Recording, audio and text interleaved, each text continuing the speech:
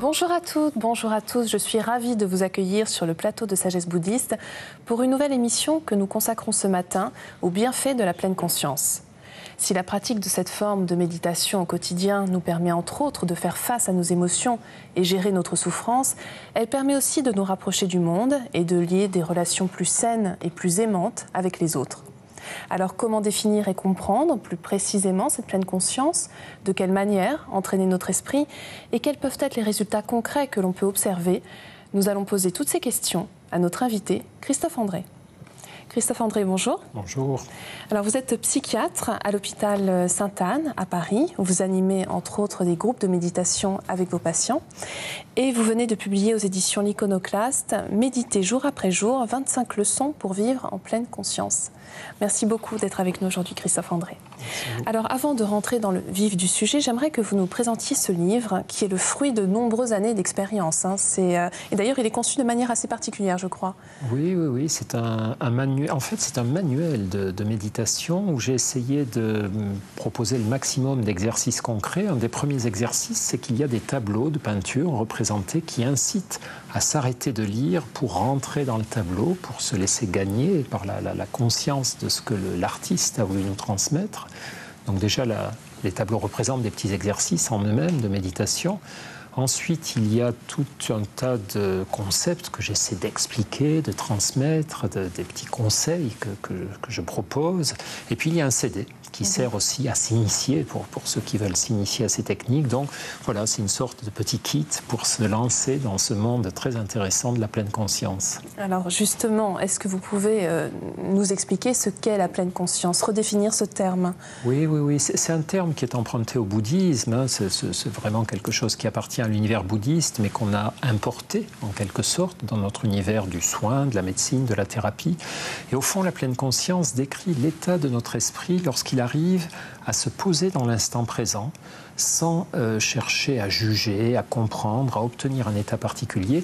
C'est au fond tous ces instants où notre esprit est dans une pure présence, dans un rapport à l'environnement où on se contente d'être là, de se sentir vivant, d'ouvrir son esprit, d'ouvrir sa conscience. On appelle ça aussi parfois la conscience ouverte. Et c'est un état psychologique qui peut parfois survenir spontanément. Ça nous arrive à tous, par moments, de sentir qu'on est très fortement présent à notre vie quotidienne à certains moments, mais qui peut aussi se travailler.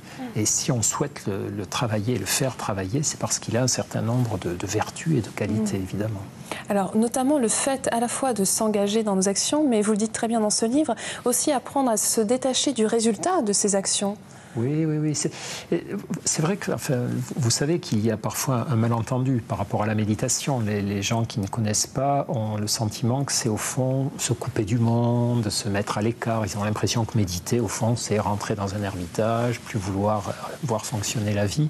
Et en réalité, ça peut être ça pour les moines méditants, par exemple, mais la méditation peut aussi nous permettre d'avoir un rapport très différent avec le quotidien, un rapport à la fois plus intense, plus apaisé, sans renoncer à l'action ou à l'efficacité. On compare souvent les pratiques méditatives à l'art du tir à l'arc. Vous savez, il y a toute cette tradition, notamment orientale, du tir à l'arc. Ce sur quoi on insiste bien, c'est de dire que quand l'archer tend son arc, il ne faut pas qu'à son esprit, l'obsession d'atteindre la cible prenne toute la place, mais il faut qu'il soit juste centré, seconde après seconde, sur la qualité de ses mouvements.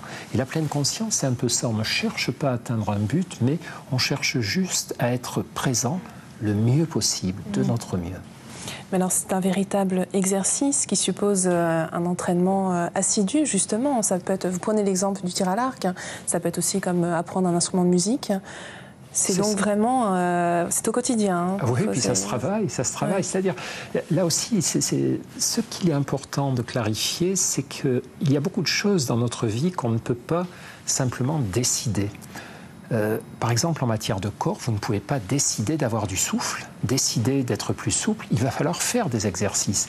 Et la pleine conscience, c'est une pratique qui ne peut pas s'improviser. On ne peut pas dire « ah, maintenant, je vais être beaucoup plus présent à ma vie, maintenant, je vais avoir du recul, maintenant, je vais voir les choses avec sérénité ». Il faut avoir l'humilité de se dire « je dois l'apprendre ». Et vous compariez ça à un instrument de musique ou à la pratique d'un sport, c'est exactement ça. Et c'est un peu à l'encontre de beaucoup de choses qu'il y a dans notre monde moderne où les personnes espéreraient disposer tout de suite d'une compétence sans avoir la patience de s'y initier. Et vous dites aussi que finalement, pratiquer la pleine conscience, c'est équilibrer les forces. Qu'est-ce que vous entendez par là? Oui, c'est-à-dire l'équilibre des forces, c'est rappeler que finalement, quand on insiste sur l'instant présent dans la pleine conscience, ça ne veut pas dire que le présent est supérieur au passé ou au futur. C'est important de faire des projets, de vivre parfois dans le futur, c'est important de reprendre les choses qui nous sont arrivées, mais il ne faut pas être tout le temps ailleurs que dans notre vie. Notre cerveau, notre société nous pousse à faire beaucoup de projets ou à avoir beaucoup de regrets. Est-ce que j'ai fait le bon choix? Est-ce que j'ai pas fait le bon choix? Et ce que nous rappelle l'instant présent, c'est qu'il y a aussi le présent, l'ici et maintenant, qui est très précieux et très fragile. Si on ne fait pas d'efforts, c'est cette présence à notre instant, à l'instant, à notre vie quotidienne qui va être sacrifiée sur l'autel des anticipations ou des ruminations. Donc c'est un peu cet équilibre-là qu'on cherche à restaurer dans la pleine conscience. Alors ce que vous dites aussi dans votre livre, c'est que cela suppose une véritable ascèse. Pourquoi ? Parce que c'est difficile. Le mot ascèse, j'aime bien ce mot parce qu'au départ, ça vient du grec askésis, qui signifie exercice, s'exercer. Et on retrouve d'ailleurs, par exemple, les mots sanscrits ou tibétains pour parler de la méditation se traduisent par familiarisation ou exercice ou pratique. Donc ça signifie bien que ça n'est pas une fois de plus un concept ou un projet ou une décision, mais vraiment un travail de longue et patiente pratique, répétée. J'allais dire comme tout ce qui est important dans nos vies. C'est rare que quelque chose nous tombe du ciel tout cuit. Et où l'humilité doit jouer aussi un rôle important dans ce que vous appelez notamment, je crois, les rechutes du pratiquant. Oui, ça, l'humilité, c'est quelque chose. D'abord, la réalité nous force à être humbles et on enseigne ça aussi à nos patients, en participant à nos groupes, parce que très souvent, on est en échec quand on veut méditer. Les gens imaginent souvent qu'on va se poser, fermer les yeux, respirer comme il faut et que hop, ça sera le vide, le calme et le zen. Au départ, c'est exactement l'inverse. Quand on s'arrête d'agir, on ferme les yeux, on se pose et c'est un tumulte épouvantable. Et donc, il faut ramener son esprit inlassablement dans l'instant présent. Donc, c'est beaucoup d'efforts. Et même des années après, quand on s'imagine maîtriser un peu la technique, on s'aperçoit qu'il y a dans nos vies des périodes où on revient à un statut de débutant. Et c'est ça, sans doute, que les vieux maîtres, notamment les maîtres bouddhistes, appelaient l'esprit du débutant. Garder l'esprit du débutant, cette espèce d'humilité et de fraîcheur par rapport à l'approche. Alors j'aimerais que l'on revienne à un aspect un petit peu plus concret. Vous décrivez 3 formes de pratiques de la pleine conscience. Donc il y a les pratiques brèves, je crois, les pratiques formelles et donc les pratiques que l'on peut faire tout au long de notre vie. Est-ce que l'on peut revenir sur chacun de ces cas de figure et peut-être voir finalement à qui ils sont destinés plus particulièrement? Oui. Tout cet apprentissage de la pleine conscience est assez structuré. Donc il y a d'abord ce qu'on appelle des exercices formels ou des exercices longs, où là on va demander aux élèves de méditer pendant un quart d'heure, une demi-heure, 3 quarts d'heure, ce qui n'est pas facile, pour toucher un peu leurs limites, aller jusqu'au bout, rencontrer les crampes, rencontrer la dispersion mentale, rencontrer les inquiétudes et apprendre à les traverser, à faire avec. Donc ces exercices sont nécessaires, ces exercices prolongés, ils sont vraiment le cœur de l'apprentissage et ensuite le cœur de la pratique.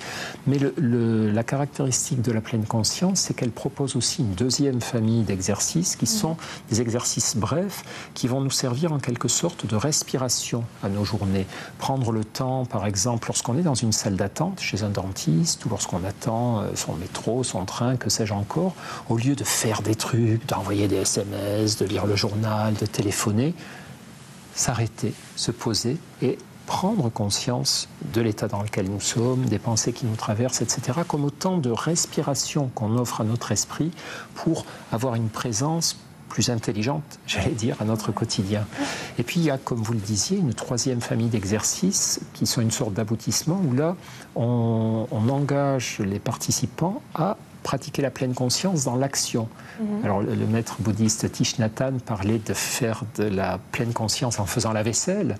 C'est-à-dire quand je fais la vaisselle, de rouspéter en me disant c'est encore moi qui fais la vaisselle, ou vivement que j'ai fini pour regarder la télé ou je ne sais quoi, simplement être totalement présent à cette vaisselle, et puis quand elle sera finie, je passerai à la suite. Et le fait d'habiter le plus souvent possible nos actions, lorsqu'on écoute quelqu'un, lorsqu'on mange, lorsqu'on travaille, de les habiter par la pleine conscience, offre un gain en termes de bien-être, de lucidité, d'apaisement très important. C'est un gisement de bien-être, et c'est pour ça que nous on l'utilise évidemment en médecine et en psychologie. Alors en quoi justement cette pleine conscience peut-elle nous permettre de mieux appréhender une certaine souffrance ? C'est très important parce que, évidemment, donc, il y a tous les aspects qu'on peut bien comprendre de la pleine conscience. Ça nous apprend à mieux savourer les petits instants de vie, etc. Mais effectivement, ça nous apprend aussi à développer avec la souffrance un rapport différent. Nous, ce qu'on appelle souffrance, la manière dont on explique ça, nos patients, on leur dit il y a deux choses finalement. Il y a d'une part la douleur qui a vraiment une nature physique et biologique. Et ça, on ne peut pas le modifier. C'est une donnée physique, la douleur. Si vraiment j'ai un organe lésé, bon, cette douleur existera quoi que je fasse. C'est comme la température de l'air. S'il fait chaud, je ne peux pas, par la puissance de mon mental, rafraîchir l'atmosphère.